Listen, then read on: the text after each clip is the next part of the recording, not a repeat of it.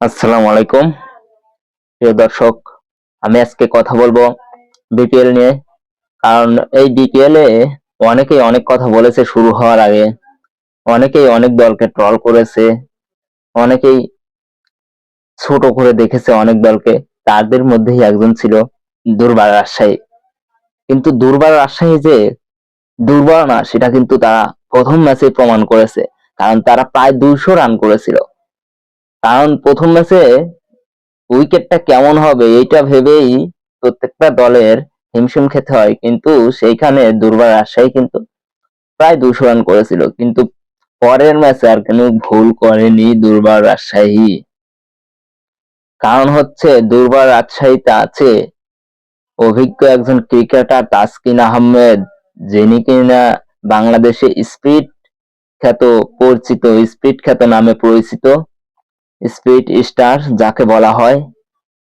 তিনি কিন্তু 2 দিন আগে বিশ্ব মঞ্চে বর্ষসেরার একাদশে তিনি কিন্তু জায়গা করে নিয়েছেন।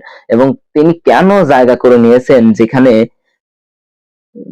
ভারত অস্ট্রেলিয়ার কোনো খেলোয়াড় জায়গা পায়নি, সেখানে বাংলাদেশের মতো এত ছোট দলের একটি খেলোয়াড় কেন জায়গা করে নিয়েছে সেটা কিন্তু তাসকিন আহমেদ আজকের ম্যাচে প্রমাণ করেছে, যারা আজকে ম্যাচটা দেখেছে।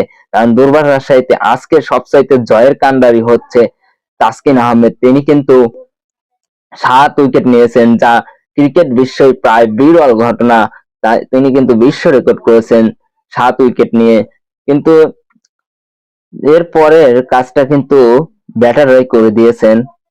200 না 178 রানের টার্গেটে দুর্বার রাজশাহী যখন ব্যাট করছিল, জিসান আলম যখন 8টি বল খেলে 0 রানে প্যাভিলিয়নের দিকে ফিরলেন, তখন হয়তো রাজশাহীর ভক্তরা ধরে নিয়েছিল যে আজকে আর রাজশাহী পারলো না, জিতবে না।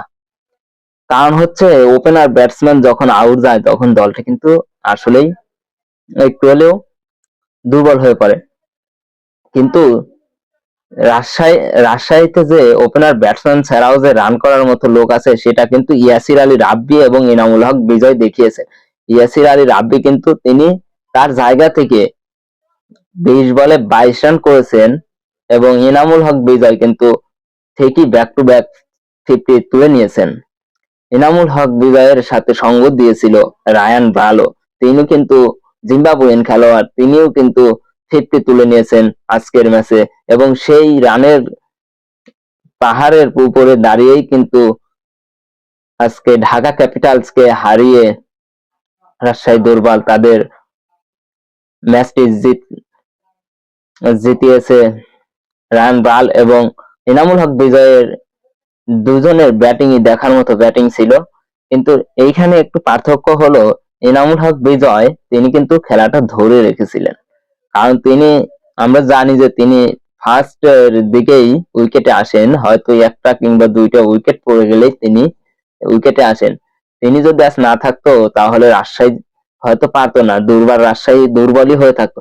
এই দুর্বার রাজশাহী নাম দেওয়ার কারণে অনেকেই রাজশাহীকে নিয়ে ট্রল করেছে, দুর্বল বলেছে। ভাই, এখন তোমাদের চোখে আঙ্গুল দিয়ে দেখানো হচ্ছে যে আমাদের দুর্বার রাজশাহী উত্তরবঙ্গের দলটি কিন্তু দুর্বল না। কারণ এই দলে হয়তো বিদেশি কোন তারকা নেই, কিন্তু এই দলে বাংলাদেশের বাঘা বাঘা তারকা আছে, যাদের মধ্যে পড়ে ইনামুল হক বিজয়।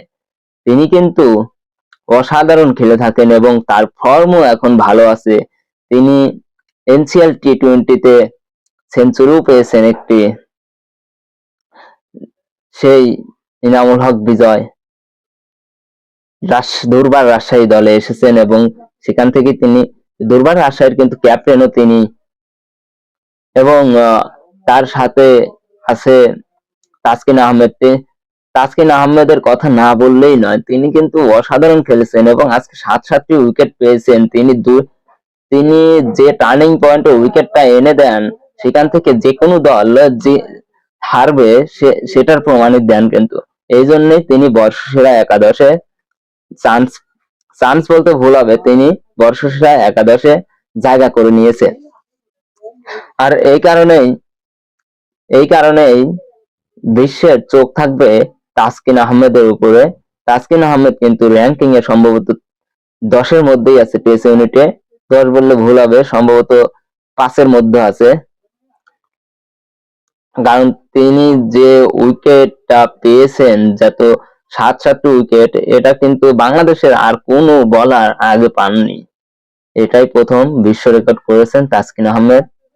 তাই বলছি যে দুর্বল রাজশাহীকে আপনারা কেউ ট্রল করবেন না, কেউ দুর্বল বলবেন না, কেউ দুর্বল ভাবেন না। কারণ দুর্বল রাজশাহী সব সময়ের জন্য তাদের একাদশকে সাজিয়েছে, তারা কিন্তু একতাবদ্ধভাবে তারা খেলছেন।